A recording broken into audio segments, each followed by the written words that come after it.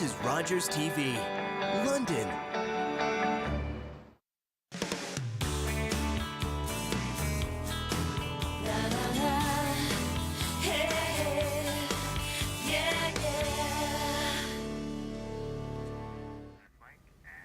Welcome back to our All Things Arts edition of Daytime. We talked to a painter, we've talked to a writer, and now we're talking to a musician. I'd like to welcome Joe Borowsky to Daytime. Hi, Joe. How you doing? Good. How are you doing? I'm great. Good. Thanks. So you're a local singer and songwriter, and have some background in the musical arts.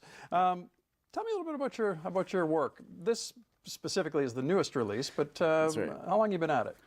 Well, I've been writing since about age 11. So writing and singing and playing, but I didn't really start taking things serious till probably about 25. Okay. And how old are you now? I'm over 25.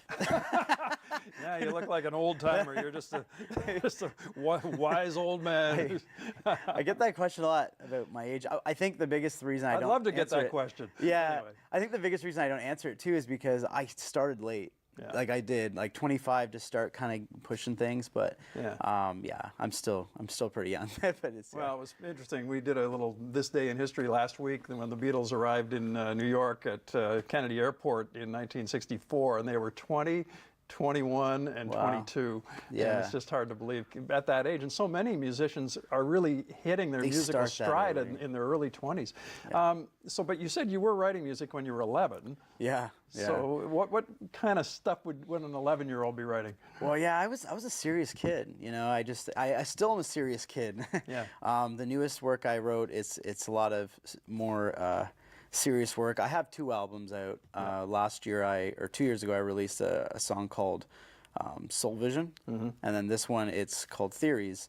And I think with everything, it just my whole life I've been a serious writer. So Yeah. even as a kid, I just wrote about really serious things. I didn't really have a lot of fun stuff until I got older. Yeah. Okay. Now this one, as soon as you came in, I was having a look at it here again, and you've got 17 tracks on this release. Yeah. That's a significant body of work for one CD. It is. It is. My last album was only 11 tracks. And then in the last 2 years, I've written well over 30, 35 songs. So I had to start cutting them. And that was like the most I could cut was 17. So I thought 17 is my favorite number. So I thought, let's go with that number. So, Well, now you got some material for your next one ready That's to go. right. That's right. Yeah. How would you describe what you do? What kind of stories are you trying to tell? A lot of it's through, I use emotion, you know, and I freestyle. So when I write, I don't write a story. I start playing some chords and I freestyle the entire song. And a lot of times when you hear the finished product of the song, that was how it initially was written. So a lot of it comes from feeling, and then I either story tell or talk about stuff that's going on in my life, or you know, there's always like an underlying like theme behind it, so that people that are listening to it can kind of, I don't know, come up with something that makes sense to them. So That's the way the best music works. It's your story, but people see themselves in it and they Right. can relate to it. Yeah, Yeah, absolutely. so you always want to make sure that window's open where people can interpret it in different ways. Yeah. So that way they can take something from it. And that's all when I write my music, I want people to be affected by it. Yeah. Like that's the main reason I do it. So Acoustic guitar, is that kind of your thing? yeah, acoustic guitar. I play a little bit of piano. This album has a few piano tracks. But yeah, this new album has a lot of guitar still. But this one actually has some drum beats.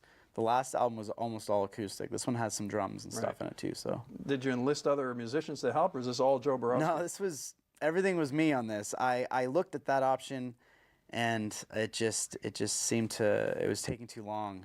So I just started kind of working harder. And Plus, you'd never be satisfied. That's Like, right, I yeah. could do that better. Yeah, I know what I want to hear. yeah, What was your first instrument? Was it guitar it was good.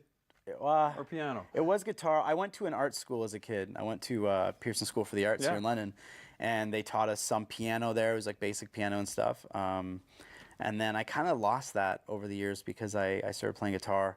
And then a year ago, I just started picking up piano again and really learning how to play it. So, yeah. That's interesting. And Yeah. a graduate from Pearson, so many kids have gone through that program and done so well. Yeah. I keep in touch with them too, so a lot of them are doing pretty good. Well, and so. you must have picked up other art forms because you're going to Pearson. You're not just playing music all the time. Right. So Right. Yeah, I mean, it was always in me, even as a kid. Just, I mean, they did dance there, they did everything, right? So, yeah. So I always ask, especially local musicians,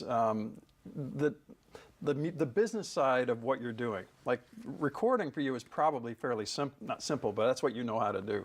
How hard is it to pick up the the sales and merchandising and that part of it? Yeah, that's something that I've kind of just learned to start doing the last couple of years, to be honest. When I released my last album, I didn't know what I was doing. And I still made a bit of I was still getting noticed with it. But I noticed what I really needed to do was start connecting with my fans. That was the biggest. Yeah. That was the biggest thing. So well, at least now with Twitter and Facebook, you can make a better connection than musicians ever could in the past. yeah, absolutely. It makes it a lot easier for us. But it's. I don't want to. I hate to ask this question, but I always end up having to because I always think it's important for viewers to get a sense of the kind of music they're going to hear. Does it sound anything like anybody? Is there an influence there that you might sense when you're listening to this? I think if you were to take Ed Sheeran and mix him with Damien Rice and Leonard Cohen.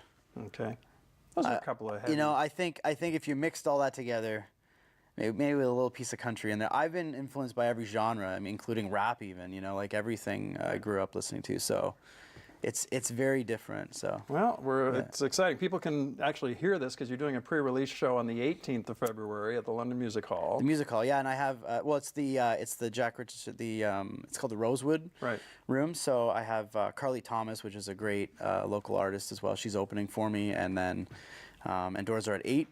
And it's going to be a blast. We're going to have a lot of fun with it. Well, we're just out of time, but the official release date is February 22nd. It's Theories by Joe Borowsky.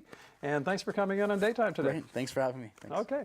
After the break, we are going to talk about Valentine's Day and trying to find just the right flowers. Stay with us.